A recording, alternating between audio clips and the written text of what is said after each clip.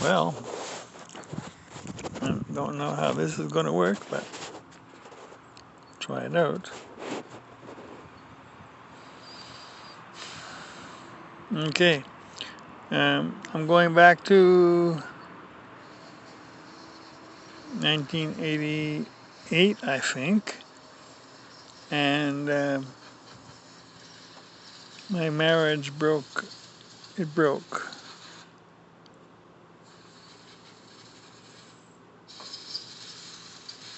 And that is really sad.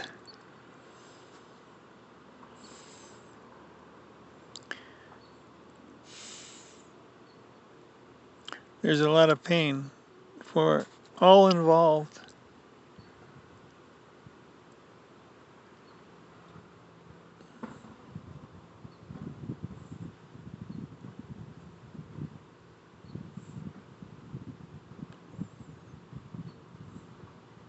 Yeah, a lot of pain, a lot of hurt. It hurts everyone. I don't think about it every day, but when I do, such a shame, such a loss.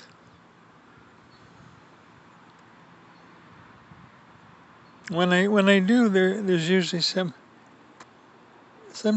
tears, some tearing up, and sometimes just a good cry. I think there's a reason God said, "I hate divorce." It hurts everybody, everybody. Okay, finished there. In 1988, in somewhere spring or something or summer,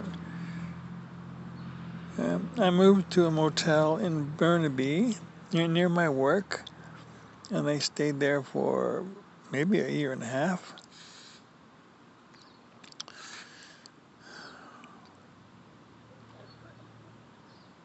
Okay, and at the time I left, I had a stepdaughter who was 11, and no, that doesn't sound right. Um, well, maybe, and a daughter who was 5, and a son who was 2. I don't think my stepdaughter was quite that old, but anyway, um, and I had saved some money for them, not very much, 300, 300 for the Celia, the oldest, and 100 for each of my own children. And I did something kind of different. Uh, when I was in the motel, I taxed myself. I taxed myself 10% on everything I spent before I spent it. So if I had a car repair or a rent payment or a newspaper or anything, a phone bill, I would take 10% and put it in a glass jar, really, and then I would take it to the bank when it got full and distribute it amongst the children. And I'm not sure on the number, but I think I got it up to 800, 1100 for Celia and 800 for each of the other two. And I tell you this because it's going to fit in here. Okay, so I'm in the motel, and the children's mother, her mother came from Norway, Ruth, with a friend whose name I don't remember. I think it was maybe Anita, but I only met her once, and that was really a long time ago. And they wanted to go to Kelowna to see relatives, and I drove. I drove for a living. It's one of the few things in life I did well. I drove the mountains all the time, and not a problem. So I drove them to Kelowna, and I was to pick them up in 3 days or something.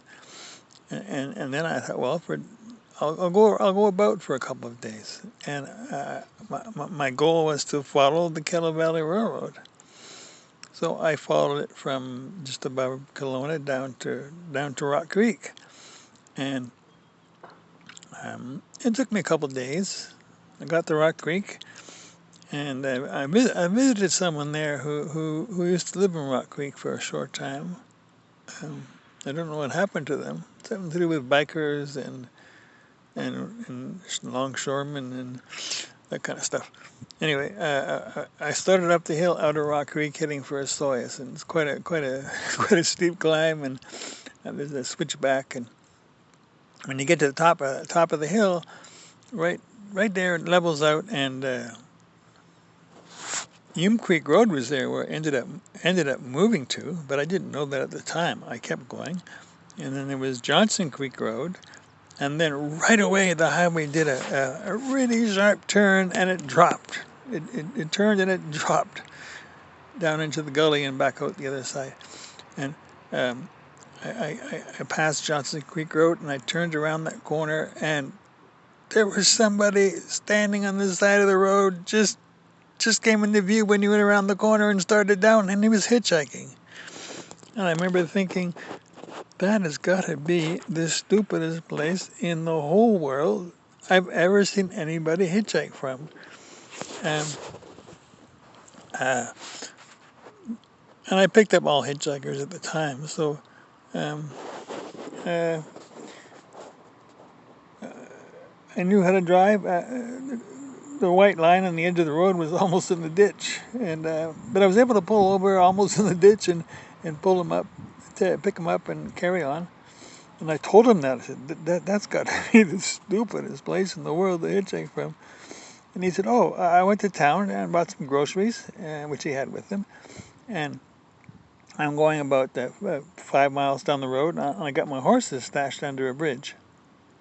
And I got a ride to that Johnson Creek Road, and I decided to walk from there, and I would hitchhike as I walked, and you came along right away and picked me up.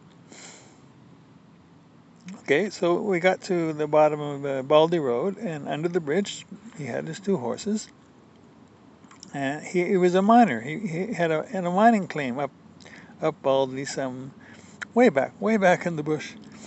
And he'd ridden his horses to the highway, hitchhiked to town, hitchhiked back, and was going to ride home now. And I was just going to have supper. I had some sausages and rice, and I was just going to make it. And he said, oh, well, I asked him if he wanted some. He said, sure. So we had a really nice supper together with the two horses. They didn't eat, though, but they were there. And we met each other, and I was just intrigued by the way he saw life and how he was living so freely. And when I parted, I said, is it possible I could come back next year with my children? And he said, look, it's fine. I'd love it to happen. He was a really unique individual, and one of the most loving people I ever met. Very giving, very kind. Wasn't perfect, that's for sure, but he had all the qualities of Christ, is what he had. It's just an insightful, and he could cut through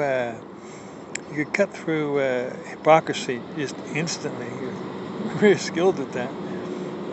Anyway, I was really fortunate to meet him, and I spoke about him a lot after. I never met a person like that before. He was just living in the forest. He had a little plastic lean-to, and had some horses and some goats, and two dogs and a cat, and they lived in the deep woods, and he was happy as could be. Okay, so that was meeting him, 88. And I ended up going to Kelowna and picking up my two passengers, taking them back to Bit Meadows is where they were going. And then I went back to Burnaby to my motel. Now, in the next year, 1989, I was in a position where I could miss. I could manipulate the system so that I could miss work a lot. They would lay me off every Monday night. I'd work Sunday, Monday, and they'd lay me off Monday night. And they'd always call you back Tuesday morning, but they were hedging their bets, because the trucks were coming across Canada from Montreal and Toronto and far away, and in 3 days. It was 3-day delivery from Toronto and Montreal. And sometimes the trucks were late, and they didn't make it on time. And they would have this huge crew that they didn't need, so they'd lay us off. But in the morning, the trucks would show up and they'd call us. And that's just the way it was for years, and it paid well, and everybody was okay with that. But to me, I said, oh, well, you're going to lay me off, then I'm gone. And I took off. I would go back to the mountains. I'd come back on Sunday, and they fussed and said, "You can't do that. You got to be ready the next day." I said, "No, you lay me off. I don't have to be around anymore. You have to send me a registered letter saying I should come back, and I'll come back Sunday." So most weeks I took off Monday and Monday night, and I was gone.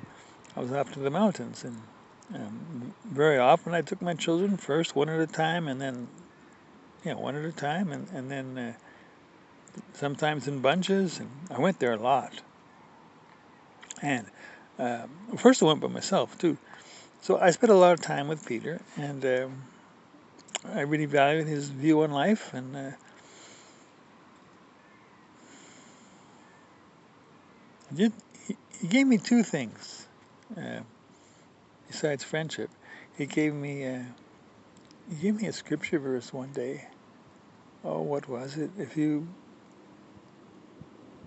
believe in your heart that Jesus rose from the dead and confess with your mouth that he was Lord, you will be saved. That's not quite right, but it's close enough. And that stuck with me. He never mentioned anything else. He just said it and carried on. But I remember that. And also, one day, he reached in his wallet. Well, he wouldn't have carried a wallet, but he must have had one around somewhere. And he took out a little piece of paper, about an inch by half an inch.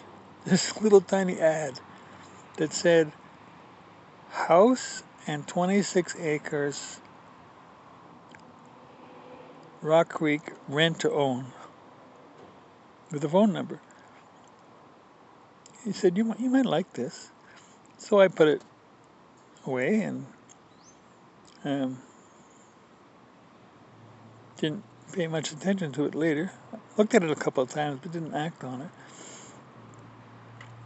Now, by the end of '89,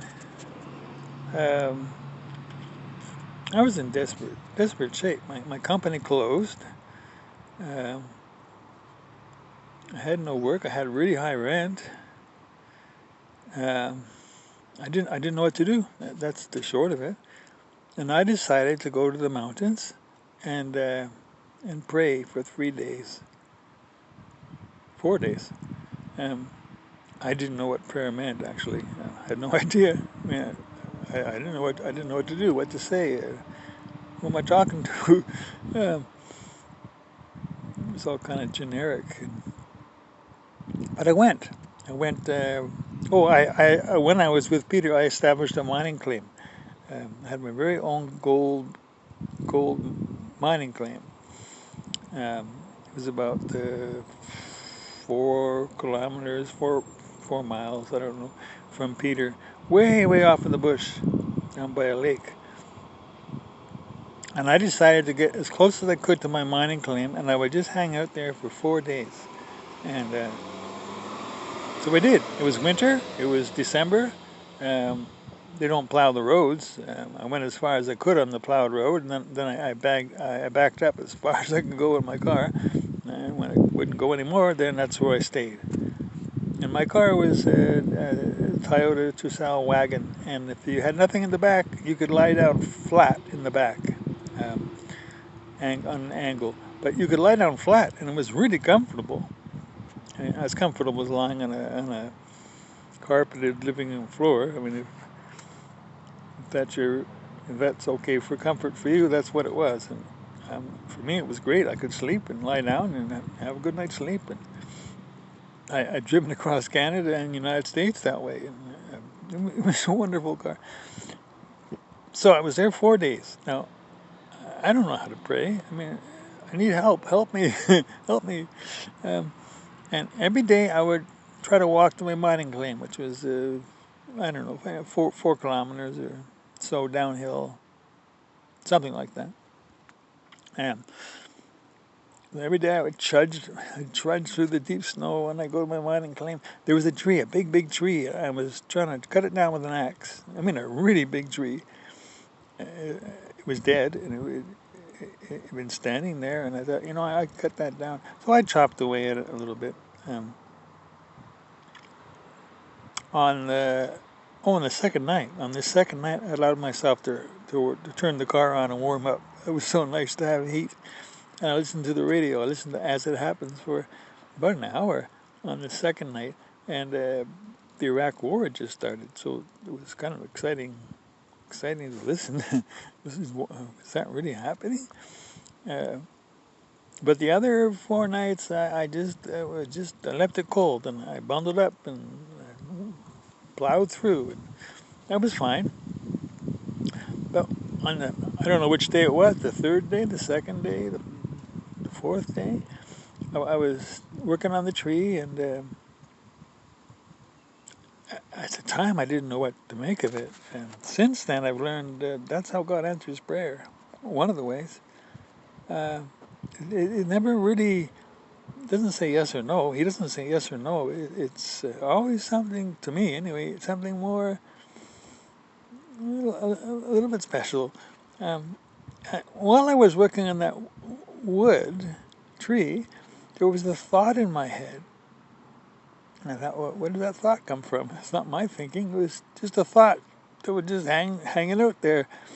And the thought was, 4 walls and a heater would go a long way. Yeah, that kind of makes sense. Yeah. What does that mean? Where does that come from? And that was kind of the end of it. At the end of the fourth day, I went over to Peter's because he was not that far away, and told him I'd been in the woods for 4 days, and he said he was really impressed.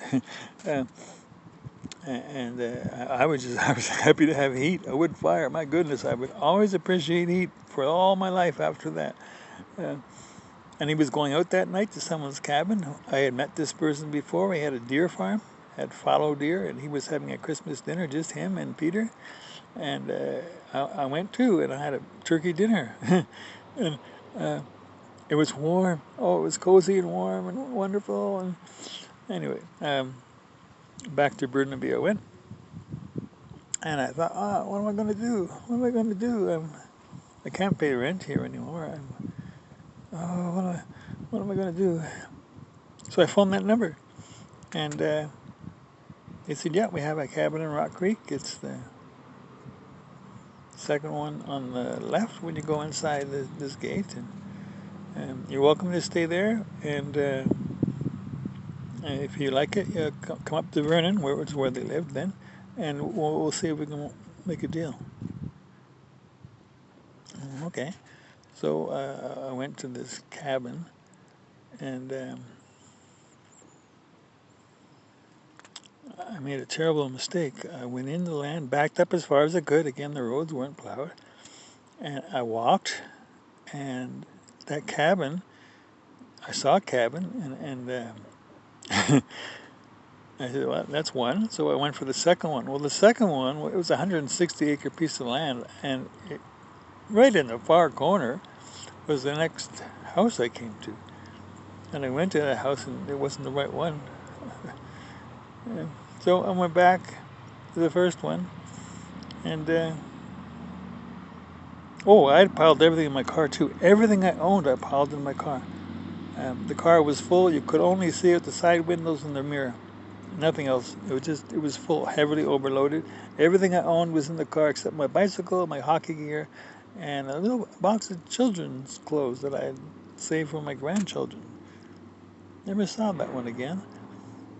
But eventually I got my hockey gear and bicycle back. But I piled it all in this car, and I went to this house in a really roundabout way, and it was 30 below also. It was really cold. I couldn't carry my sleeping bag and blanket, which I started out with. I went so far, and I had to drop them. My fingers were freezing. But when I got down to the corner of the land and I found out that's the wrong place, I could see Rock Creek, the way down below, all lit up. And so I felt better, and I went back and I picked up my sleeping bag and blankets on the way and went back to the cabin. That first cabin, I went down, and sure enough, I went inside and I found some addresses and things and letters, and yeah, this was the right place. So I found my cabin. I stayed there. I think just a night, and then the next night was New Year's Eve, and I drove to Vernon. I met the people, and we worked out a deal. And this is where the children's money comes in. I invested it in the land. So 1,100 and 800 and 800, or whatever the number was, I don't remember. And I must have had some money somehow on my own to put down as well. And we reached a deal anyway. And the deal was I would pay $300 a month for 36 months. And then I would own the house.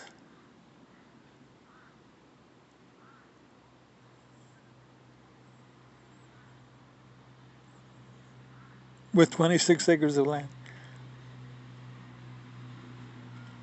And so I drove back. I drove back from Vernon to Rock Creek. And it started snowing at 3 in the afternoon. I left at 9. So there was a good blanket of snow everywhere. And I drove the road from Kelowna to Rock Creek, which is, well, there was no traffic. I think I saw 3 cars in 90 minutes. I saw 3 cars.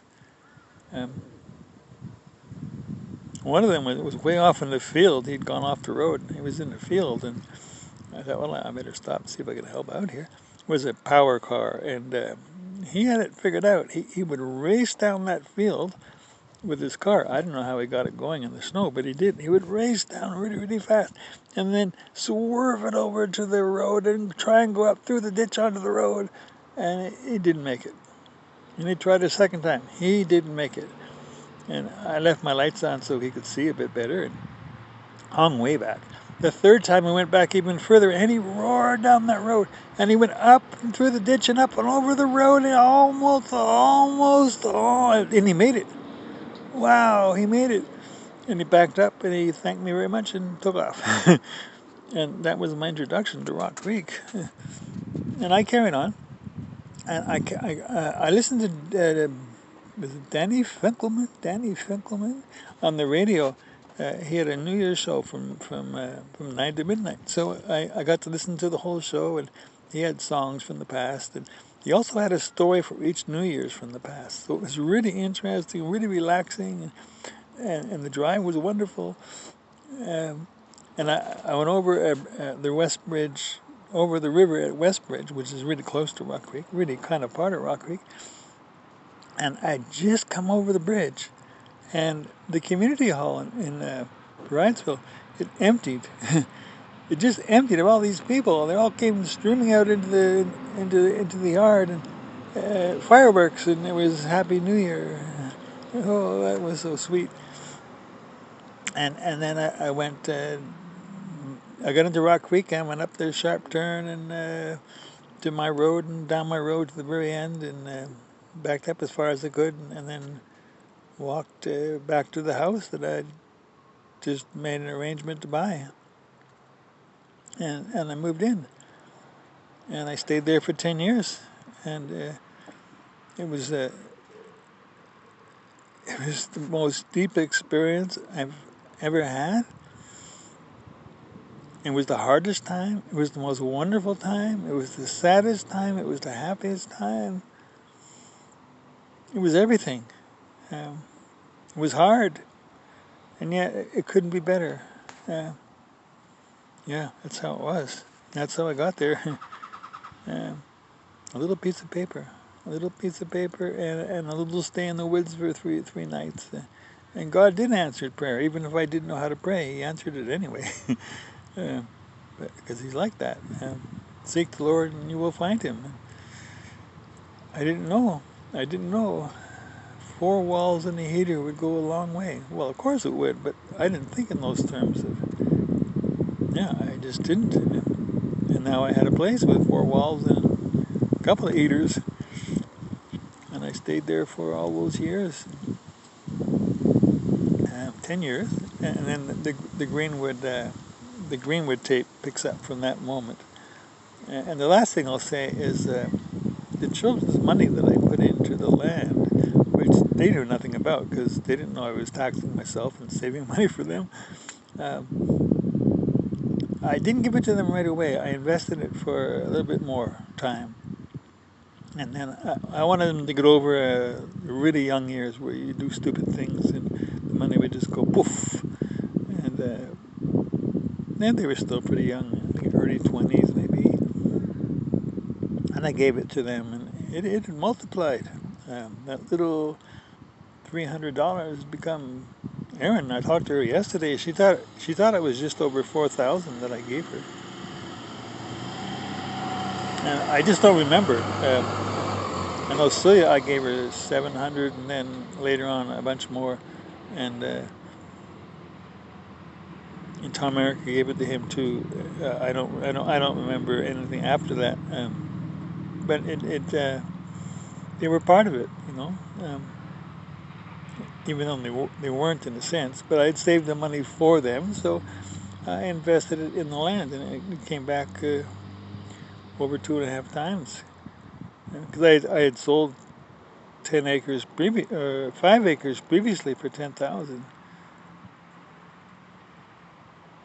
I missed the place in a way, but surrounded by trees, hugged. I was hugged by all the trees, surrounding, giving me a neighborhood that was closed in. It was the most wonderful, wonderful place. Not high end, but some kings don't have that. Some kings don't have what I had.